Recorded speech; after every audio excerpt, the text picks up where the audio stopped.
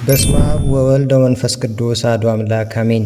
የተወደዳችሁና የተከበራችሁ የኢትዮጵያ ኦርቶዶክስ ተዋሕዶ ቤተክርስቲያን ልጆች ዛሬ ሐምሌ 11 ቀን ይህች ዕለት በቅድስት ቤተክርስቲያናችን መዝገበ ታሪክ ውስጥ በታላቅ ክብር የምትታወስ ልዩ ዕለት ናት። መርባስ ወይም ደርማላስ ከሚባል አገር ተነስተው በታላቅ ተጋድሎና በተአምር አብርተው በመጨረሻም በሰማዕትነት የከበሩት የቅዱስ ዮሐንስና የቅዱስ ስምዖን መታሰቢያ ዕለት ነው። ለመሆኑ ይህ ታላቅ አባት አባ ዮሐንስ ማን ነው? ገና በብላቴናነቱ ያደረገው አስገራሚ ተአምር ምን ነበረ?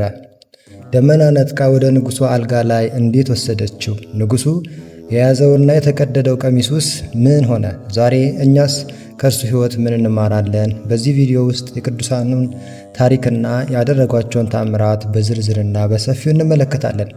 ለቻናላችን አዲስ ከሆናችሁ ሰብስክራይብ በማድረግ የደውል ምልክቱን በመጫን የኦርቶዶክስ ተዋሕዶ እምነታችንን ታሪክ በጋራ እንድናስፋፋ እጋብዛችኋለሁ። ቪዲዮውን ላይክ በማድረግ ለብዙሃን እንዲደርስ ያድርጉ።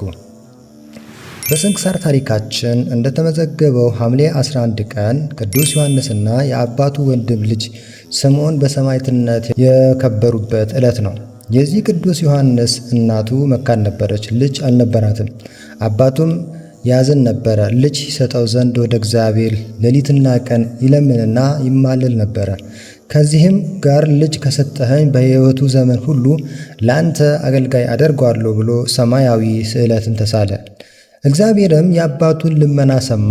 ታላቁ መጥምቁ ዮሐንስ ቅዱስ ዮሐንስ በራእይ ተገልጦ እግዚአብሔር ድንቅ ልጅ እንደሚሰጠው አበሰረው። ቅዱሱ ብላቴና በተወለደ ጊዜም በመጥምቁ ዮሐንስ ስም ዮሐንስ ብለው ጠሩት። አባቱ ለእግዚአብሔር ምስጋና ይሆን ዘንድ በመጥምቁ ዮሐንስ ስም ታላቅ ቤተ ክርስቲያን አሳነጹ።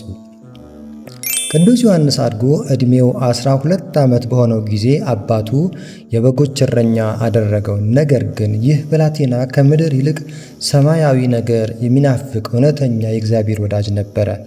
እናቱ ለምሳ የሚሆን ምግብ ስትሰጠው እርሱ ያንን ምግብ ለሌሎች እረኞችና ለመንገደኞች፣ ለድሆች ሁልጊዜ ይሰጥ ነበረ። እርሱ ግን እስከ ምሽት ድረስ ምንም ሳይቀምስ በጾም ይውል ነበረ።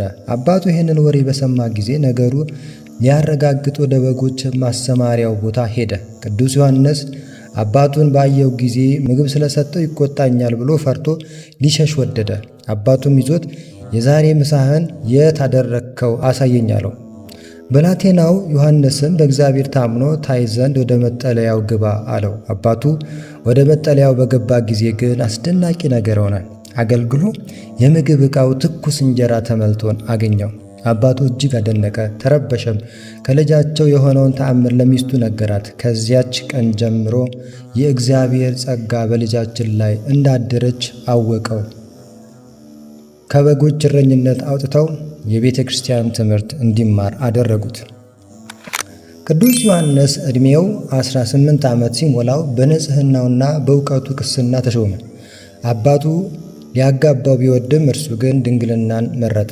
በዚህ ጊዜ የአባቱ የወንድም ልጅ የሆነው ስምዖን ዓለማዊ በጎቹን ትቶ መጥቶ የቅዱስ ዮሐንስ ደቀ መዝሙር ሆነ። እግዚአብሔር በቅዱስ ዮሐንስ እጅ ላይ እጅግ ብዙ ድንቆችንና ተአምራቶችን ገለጠ። ደዌ ያለባቸውን ሰዎች ሁሉ ወደ እርሱ ይመጡ ነበረ። እርሱም በቅዱስ ዘይት ላይ ይጸልይና ይቀባቸው ነበረ። ወዲያውንም ከበሽታቸው ይፈወሱ ነበር። እርሱ ግን ሥጋውን ብቻ ሳይሆን ነፍሱን የሚያክም ሐኪም ነበረ። ወደ እርሱ የሚመጡትን ሰዎች ከኃጢአት ይርቁ ዘንድ ይመክራቸውና ይገሥጻቸው ነበር። የሰዎችን የተሸሸገ ኃጢአትና ሥራቸውን በግልጽ የማየት ጸጋ ተሰጥቶ ስለነበረ ሰዎች ንስሐ እንዲገቡ ያደርግ ነበር። በአንዲት ዕለት አንድ ጨካኝ የንጉሥ ጭፍራ አንዲት ምስኪን መበለት ባል የሞተባት ሴት ለሕይወቷ የያዘችውን ገብስ ቀምቶ ለፈረሱ አበላት። ያችን መበለት አልቅሳ በቅዱስ ዮሐንስ ዘንድ ከሰሰችው። ቅዱስ ዮሐንስም ያንን ግፈኛ ጭፍራ ረገመው። ያን ጊዜም ፈረሱ ወዲያውኑ ሞተች። ዳግመኛም የንጉሥ ጭፍራ አለቃ ግብር ሊሰበስብ መጣ። አንድ ዓይኑ የታወረ አገልጋይ ነበረ።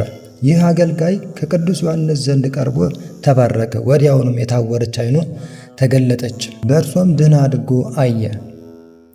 የቅዱስ ዮሐንስ ዝና በሀገር ሁሉ ተሰማ። በመጨረሻም በታዋቂው ንጉሥ ማርያኖስ ዘንድ ደረሰ። ይህ ንጉሥ ለእርሱ የምትሆን አንዲት ሴት ልጅ ብቻ ነበረችው። ነገር ግን ወደ ሆዷ ክፉ ከይሲ ዘንዶ እባብ ገብቶ ለሞት ተቃርባ ነበረ። ንጉሡ ልጁን ያድንለት ዘንድ ብዙ ገንዘብ ለባለ መድኃኒቶች ሰጠ። ነገር ግን ማንም ሊያድናት አልቻለም። የጭፍራው አለቃ ቅዱስ ዮሐንስ ዝና ለንጉሡ ነገረው። ንጉሡ ማርያኖስም ጭፍራ ልኮ ቅዱሱን ወደ አንጾኪያ ሊያስመጣ ወደደ። ቅዱስ ዮሐንስ ግን በመንፈስ ቅዱስ አወቀ። እርሱ ግን የመንገዱን ርዝመት ድካምና ባህሩን ይፈራ ነበረ። ያን ጊዜም የእግዚአብሔር ትእዛዝ መጣ። ደመና መታ ነጠቀችው። ከሰርመላስ አገር ነጥቃ በታላቂቱ የአንጾኪያ ከተማ በንጉሡ አልጋ ላይ አቆመችው። ንጉሡም ይህንን በድንገት ሲያይ እጅግ ደነገጠ። ቅዱስ ዮሐንም ወደዚህ ልታስመጣኝ የተመኘው ምስኪን ሰው እኔ ነኝ፣ ልጅህን አምጣት አለው። ልጁንም አመጡ። በላዩም በጸለየ ጊዜ ያ በሆዷ ውስጥ የነበረው ከይሲ ሳያሳምማት ሳይጎዳት ፈጥኖ ወጣ። ንጉሡና የቤተ መንግሥቱ ሰዎች ሁሉ እጅግ አደነቁ፣ እግዚአብሔርንም አመሰግኑ። ንጉሡም ብዙ ወርቅና ብር አቀረበለት። ቅዱሱ ግን ባለጠግነቴ ክርስቶስ ነው ብሎ ምንም አልወሰደም። ንጉሡ እንዳይሄድበት ቀሚሱን አጥብቆ ያዘው። ያን ጊዜም ደመና ነጥቃ ቅዱስ ዮሐንስን ነጥቃ ወሰደች። ቀሚሱም በንጉሡ እጅ ላይ ተቆርጦ ቀረ። ቅዱስ ዮሐንስም በዚያች ሰዓት ወደ አገሩ ደረሰ። ንጉሡም ያንን ክቡር አድርጎ አስቀምጦ ታላቅ ቤተ ክርስቲያን ሰራለት። ስሟም የፊቃር ቤተ ክርስቲያን ተባለች። ቅዱስ ዮሐንስ ወደ አገሩ ከተመለሰ በኋላ በቅዳሴ ጊዜ ድንቅ ምስጢር ያይ ነበረ። የቅዱስ ቁርባን ቅዳሴ በሚቀደስበት ጊዜ ሥጋውና ደሙን መቀበል የሚገባቸውን ጻድቃንና የማይገባቸው ኃጥአንን ለይቶ ያይ ነበረ።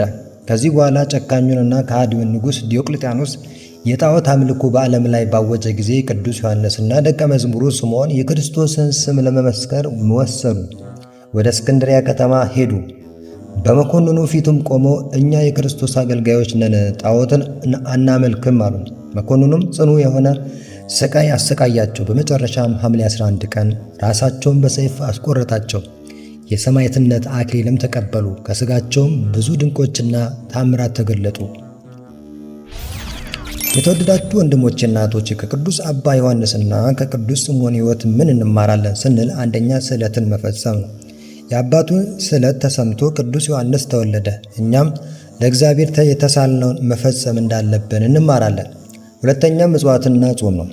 ገና በ12 ዓመቱ ምሳውን ለድሆች እየሰጠ እርሱ ይጾም ነበረ። እኛም ለተራቡት ማካፈልና ሥጋችንን መግዛት መለማመድ አለብን። ሦስተኛ ለገንዘብ አለመገዛት። ንጉሡ የሰጠውን እጅ መንሻ አልቀበልም። እኛ መንፈሳዊ ሕይወታችንን በምድራዊ ጥቅም መለወጥ የለብንም።